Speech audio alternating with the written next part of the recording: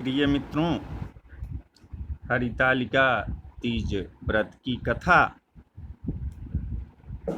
आज हम आपको सुनाएंगे। इस बार तो लॉकडाउन के चलते, कोरोना महामारी के चलते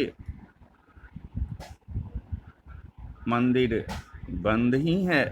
साथ ही जो हमें वेद पाठ सुनाते हैं, कथा सुनाते हैं, वे ब्राह्मण लोग भी अभी कहीं नहीं जाना चाहते हैं।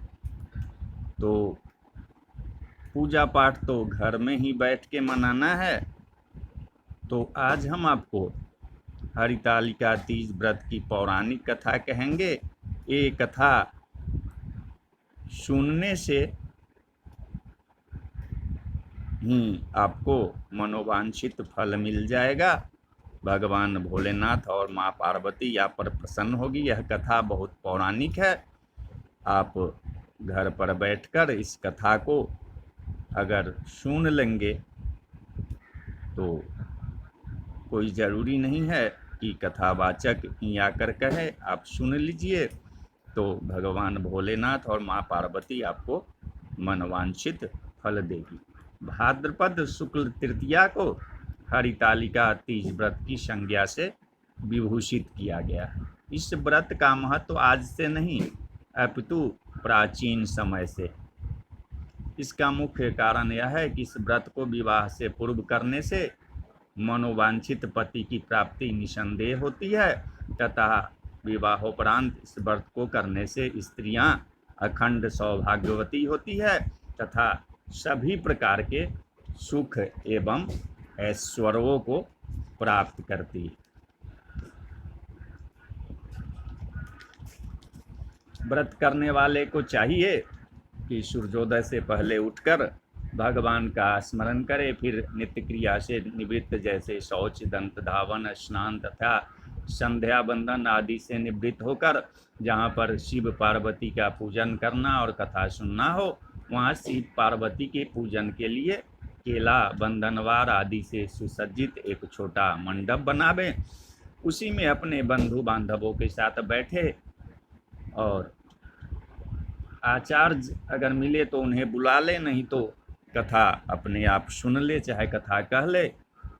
उसके बाद कुश जल आदि लेकर ओम आदित्य आदि से अहं करिष्ये तक का संकल्प वाक पढ़कर संकल्प करे।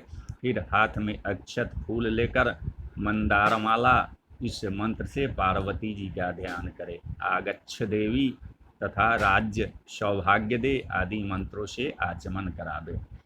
मंदाकिनी इससे पार्वती को पंचामृत से स्नान कराकर शुद्धोदक स्नान करावे।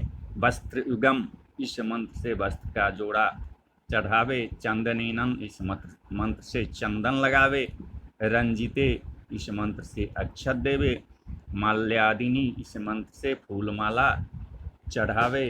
चंदनागरु इस मंत्र से धूप देवे। त्वं ज्योति इससे दीप दिखावे। नैवेद्यम इससे नैवेद्य चढ़ावे। इदं फलंग इस मंत्र से फल चढ़ावे। पोंगी फलम इससे पान। सौभाग्यम इससे प्रार्थना करें। पूजा के करने के बाद कथा सुने। सूत जी कहते हैं कि मंदार की माला से जिन पार्वती जी का केश पास अलंकृत है और मुंडों की माला से शिव जी की जटा अलंकृत है, जो पार्वती जी दिव्य वस्त्र धारण की है और जो शिव जी दिगंबर नंगे है, ऐसे श्री पार्वती जी तथा शिव जी को प्रणाम करता हूँ। रमणीक कैलाश पर्वत के शिखर पर बैठी हुई श्री पार्वती जी कहती है कि हे महेश्वर, हमें कोई गुप्त व्रत या पूजन बताइए जो सब धर्मों में सरल हो और जिससे परिश्रम भी कम करना पड़े लेकिन फल अधिक मिले। हे नाथ, यदि आप मुझ पर प्रसन्न हो तो यह विधान बताइए। हे प्रभु, किस तप, व्रत या दान से आदि मध्य और अंत रहित आप जैसे महाप्रभु हमको प्राप्त हुए। शिव जी बोले कि हे देवी सुनो, मैं तुमको एक व्रत जो मेरा सर्वस्व और छिपाने योग्य है लेकिन तुम्हारे प्रेम से वशीभूत होकर मैं तुम्हें बतलाता हूँ। जैसे नक्षत्रों में चंद्रमा, ग्रहों में सूर्य, वर्णों में ब्राह्मण, देवताओं में विष्णु भगवान, नदियों में गंगा, पुराणों में महाभारत, वेदों में सामवेद और इंद्रियों में मन श्रेष्ठ है। सब पुराण और वेदों का सर्वस्व जिस तरह कहा गया है, मैं तुम्हें एक प्राचीन व्रत बतलाता हूँ। एकाग्र मन से सुनो। जिस व्रत के प्रभाव से तुमने मेरा आधा आसन प्राप्त किया है, वह मैं तुमको बतलाऊंगा, क्योंकि तुम मेरी प्रियसी हो। भाद्रपद मास में हस्त नक्षत्र से युक्त शुक्ला तृतीया तिथि को उसका अनुष्ठान मात्र करने से स्त्रियां सब पापों से मुक्त हो जाती है। हे देवी, तुमने आज से बहुत दिनों पहले हिमालय पर्वत पर इस व्रत को किया था, यह वृत्तांत मैं तुमसे कहूँगा। पार्वती ने पूछा कि हे नाथ, मैंने क्यों यह व्रत किया था, यह सब आपके मुख से सुनना चाहती हूँ। शिव जी कहते हैं कि भारतवर्ष के उत्तर की ओर एक बड़ा रमणीक और पर्वतों में श्रेष्ठ हिमवान नामक पर्वत है। उनके आसपास तरह तरह की भूमियाँ हैं, तरह तरह के उस पर वृक्ष लगे हुए हैं, नाना प्रकार के पक्षी और अनेक प्रकार के पशु उस पर निवास करते हैं। वहाँ पहुंचकर गंधर्वों के साथ बहुत से देवता, सिद्ध, चारण, पक्षीगण श्रद्धा प्रसन्न मन से विचरते हैं। वहाँ पहुंचकर गंधर्व गाते हैं, अप्सराएं नाचती है। उस पर्वतराज के कितने ही शिखर ऐसे हैं कि जिनमें स्फटिक, रत्न और वैदुर्य मणि आदि की खाने भरी है। यह पर्वत ऊंचा तो इतना अधिक है कि मित्र के घर की तरह समझकर आकाश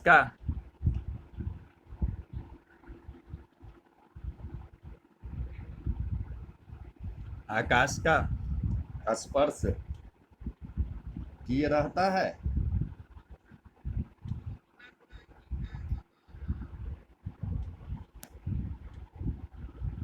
उसके समस्त शिखर सदैव हिम से आच्छादित रहते हैं और गंगा जल की ध्वनि सदा सुनाई देती है।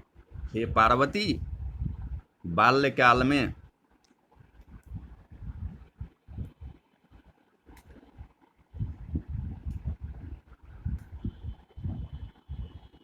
उसी पर्वत पर तुमने तपस्या की थी। 12 वर्ष तक तुम उल्टी टंकर केवल धुआं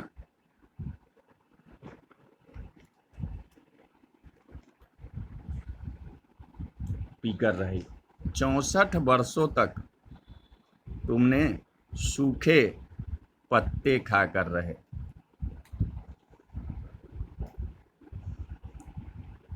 माघ मास में तुम जल में बैठी रहती और बैसाख की दोपहरिया में पंचाग्नि तापती थी। श्रावण के महीने में जल बरसता तो तुम भूखी प्यासी रहकर मैदान में बैठी रहती थी। तुम्हारे पिता इस तरह के कष्ट सहन को देखकर बड़े दुखी हुए। वे चिंता में पड़ गए कि मैं अपनी कन्या किसको दूं। उसी समय नारद जी वहां पहुंचे। मुनिश्रेष्ठ नारद जी उस समय तुम्हें देखने को गए थे। नारद को देखकर गिरि ने अर्घ्यपाद, आसन आदि देकर उनकी पूजा की और कहा कि हे स्वामिन, आप किस लिए आए हैं? मेरा सौभाग्य है कि आपका आगमन मेरे लिए अच्छा है। नारद जी ने कहा कि हे पर्वतराज, सुनो, मैं विष्णु भगवान का भेजा हूँ, आपके पास आया हूँ। आपको चाहिए कि यह कन्या रत्न किसी योग्य वर को दे। भगवान विष्णु के समान योग्य वर ब्रह्मा, इंद्र और शिव, इनमें से कोई नहीं है। इसलिए मैं यही कहूँगा कि आप अपनी कन्या विष्णु को ही दे दें। हिमवान ने कहा, भगवान विष्णु स्वयं मेरी कन्या ले रहे हैं और आप यह संदेश लेकर आए हैं, तो मैं उन्हें अपनी कन्या दूंगा। हिमवान की इतनी बात सुनकर मुनिराज नारद आकाश में विलीन हो गए। वे पीताम्बर, शंख, चक्र और गदाधारी भगवान विष्णु के पास पहुंचे और वहां हाथ जोड़कर नारद जी ने भगवान विष्णु से कहा कि हे देव, सुनिए, मैंने आपका विवाह जो है पक्का कर दिया है। उधर हिमवान ने पार्वती के पास जाकर कहा कि हे पुत्री, मैंने तुम्हें भगवान विष्णु को दे डाली। तब पिता की बात सुनकर तुम बिना उत्तर दिए ही अपने सखी के घर चली गई। वही जमीन पर पकड़कर तुम बड़ी दुखी हुई और विलाप करने लगी। तुमको इस तरह विलाप करते देख एक सखी ने पास आकर कहा कि देवी, तुम क्यों इतनी दुखी हो, इसका कारण बताओ। तुम्हारी जो कुछ इच्छा होगी मैं यथाशक्ति उसको पूरा करने की चेष्टा करूंगी, इसमें कोई संशय नहीं। पार्वती बोली, मेरी जो कुछ अभिलाषा है उसे तुम प्रेम पूर्वक सुनो। मैं एकमात्र शिव जी को अपना पति बनाना चाहती हूँ, इसमें कुछ भी संशय नहीं। मेरे इस विचार को पिताजी ने ठुकरा दिया है। इससे मैं अपने शरीर को त्याग दूंगी। पार्वती की इस बात को सुनकर सखियों ने कहा कि शरीर का त्याग न कर, चलो किसी ऐसे वन को चले जहाँ पिता को पता न लगे। ऐसी सलाह कर तुम जैसे वन में जा पहुंची, उधर तुम्हारे पिता घर घर तुम्हें खोजने लगे। दूतों द्वारा भी खबर लेने लगे कि कौन देवता या किन्नर मेरे पुत्री को हर कर ले गया है। उन्होंने मन ही मन कहा कि मैं नारद जी के आगे प्रतिज्ञा कर चुका हूँ कि अपनी पुत्री भगवान विष्णु को दूंगा। ऐसा सोचते सोचते हिमवान मूर्छित हो गए। गिरिराज को मूर्छित देखकर सब लोग हाहाकार करते दौड़े। जब होश आया तो सब पूछने लगे कि गिरिराज, आप अपनी मूर्छा का कारण बताइए। हिमवान ने कहा कि आप लोग मेरे दुख का कारण सुने। न मालूम कौन मेरी कन्या को हर ले गया है। ऐसा नहीं हुआ तो उसे किसी काले सांप ने काट लिया हो या सिंह खा गए होंगे। हाय हाय, मेरी बेटी कहाँ गई? किसी दुष्ट ने मेरी पुत्री को मार डाला। ऐसा कहे हुए वायु के झोंके से कांपते हुए वृक्ष के समान कांपने लगे। इसके बाद हिमवान तुम्हें वन वन में खोजने लगे। वह वन भी सिंह, भालू, हिंसक जंतुओं से बड़ा भयानक हो रहा था। तुम भी अपने सखियों के साथ उस भयानक वन में चलती चलती एक ऐसी जगह जा पहुंची जहां एक नदी बह रही थी और उसके रमणीय तट पर एक बड़ी सी कंदरा थी। तुमने उसी कंदरा में आश्रम बना लिया और मेरी एक बालुका प्रतिमा बनाकर अपनी सखियों के साथ निराहार रहकर मेरी आराधना करने लगी। जब भाद्रपद शुक्ल पक्ष की हस्तयुक्त तृतीया तिथि प्राप्त हुई, तब तुमने मेरा विधिवत पूजन किया और रात भर जागकर गीत वाद्य आदि से मुझे प्रसन्न करने में बिताया। उस व्रतराज के प्रभाव से मेरा आसन डगमगा गया, जिससे मैं तत्काल उस स्थान पर जा पहुंचा जहां पर तुम अपने सखियों के साथ रहती थी। वहां पहुंचकर मैंने तुमसे कहा कि मैं तुम पर प्रसन्न हूँ, बोलो क्या चाहती हो? तुमने कहा, मेरे देवता, यदि आप मेरे ऊपर प्रसन्न हो तो मेरे पति बने। मेरे तथास्तु कहकर कैलाश पर्वत पर वापस आने पर तुमने वह प्रतिमा नदी में प्रवाहित कर दी और सखियों के साथ उस महाव्रत का पारण किया। हिमवान भी तब उस वन में तुम्हें खोजते आ पहुंचे। चारों दिशाओं में तुम्हारी खोज करते करते हुए व्याकुल हो चुके थे, इसलिए तुम्हारे आश्रम के समीप पहुंचते ही गिर पड़े। थोड़ी देर बाद उन्होंने नदी के तट पर दो कन्याएं देखी। देखते ही उन्होंने तुम्हें छाती से लगा लिया और बिलख कर रोने लगे। फिर पूछा, पुत्री, तुम सिंह, व्याघ्र आदि जंतुओं से भरे इस वन में क्यों आ पहुंची? पार्वती ने उत्तर दिया कि हे पिताजी, मैंने पहले ही अपने आप को शिव जी के हाथ सौंप दिया था। आपने मेरी बात टाल दी, इससे मैं यहाँ चली आई। हिमवान ने सांत्वना दिया कि हे पुत्री, मैं तुम्हारी के इच्छा के विरुद्ध कुछ न करूँगा। तुम अपने साथ ले घर आओ और मेरे साथ तुम्हें अपने साथ लेकर घर आए और मेरे साथ तुम्हारा विवाह कर दिए। इसी से तुमने मेरा अर्धासन पाया। तब से आज तक किसी के सामने मुझे यह व्रत प्रकट करने का अवसर नहीं प्राप्त हुआ। हे देवी, मैं यह बताता हूँ कि इस व्रत का हरितालिका नाम क्यों पड़ा। तुमको सखिया हर ले गई थी, इसी से हरितालिका नाम पड़ा। इस पर पार्वती जी ने कहा कि हे प्रभु, आपने नाम तो बताया, अब विधि भी बताएं। इसका क्या पुण्य है, क्या फल है, यह व्रत कौन करे? श्री शिव जी पार्वती जी से कहते हैं कि हे देवी, मैं स्त्री जाति की भलाई के लिए उत्तम व्रत बतलाया हूँ। जो स्त्री अपने सौभाग्य की रक्षा करना चाहती है वह यत्नपूर्वक इस व्रत को करे। पहले कदली के खंभे आदि से सुशोभित एक सुंदर मंडप बनावे, उसमें रंग बिरंग के रेशमी कपड़ों के चंदवा लगाकर चंदन आदि सुगंधित द्रव्यों से वह मंडप लिपवावे। फिर शंख, भेरी, मृदंग आदि बजाते हुए बहुत से लोग एकत्रित होकर तरह तरह के मंगलाचार को करते उस मंडप में पार्वती तथा शिव जी की प्रतिमा स्थापित करे। उस रोज दिन भर उपवास कर बहुत से सुगंधित फूल, गंध और मनोहर धूप, नाना प्रकार के नैवेद्य आदि एकत्र कर मेरी पूजा करे और रात भर जागरण करे। ऊपर जो वस्तु गिनाई गई है उनके अतिरिक्त नारियल, सुपारी, नींबू, लौंग, अनार, नारंगी आदि जो जो फल प्राप्त हो सके उन्हें इकट्ठा कर लें। उस ऋतु में जो फल तथा फूल मिल सके विशेष करके रखें। फिर धूप दीप आदि के द्वारा निम्नलिखित मंत्रों का उच्चारण करते हुए पूजन करे। इसके बाद शिवाय शिव रूपिणौ यहाँ लेकर प्रसन्ना भव पार्वती तक के मंत्रों का उच्चारण करे, जिसका अर्थ इस प्रकार है कि हे शिवे शिव रूपिणी, हे मंगल सब अर्थों को देने वाली, हे देवी शिव रूपे आपको नमस्कार है। हे शिव रूपे आपको नमस्कार है। हे शिवे आपको सदा के लिए नमस्कार है। हे ब्रह्म रूपिणी आपको नमस्कार है। हे जगधात्री आपको नमस्कार है। हे सिंहवाहिनी संसार के भय से भयभीत मुझ दिन की रक्षा करो। इस कामना की पूर्ति के लिए मैंने आपकी पूजा की। हे पार्वती मुझे राज्य और सौभाग्य दो, मुझ पर प्रसन्न हो। इन्हीं मंत्रों से पार्वती तथा शिव जी की पूजा करें। इसके बाद विधि पूर्वक कथा सुने और ब्राह्मण को वस्त्र गौ सुवर्ण आदि देवे। इसी तरह एक चित होकर स्त्री पुरुष दोनों एक साथ पूजन करे, फिर वस्त्र आदि जो कुछ हो उसका संकल्प करे। हे देवी, जो स्त्री इस प्रकार पूजन करती है वह सब पापों से छूट जाती है और उसे 7 जन्म तक सुख तथा सौभाग्य प्राप्त होता है। जो स्त्री तृतीया तिथि का व्रत न कर अन्न भक्षण करती है वह 7 जन्म तक बंध्या रहती है और उसको बार बार विधवा होना पड़ता है।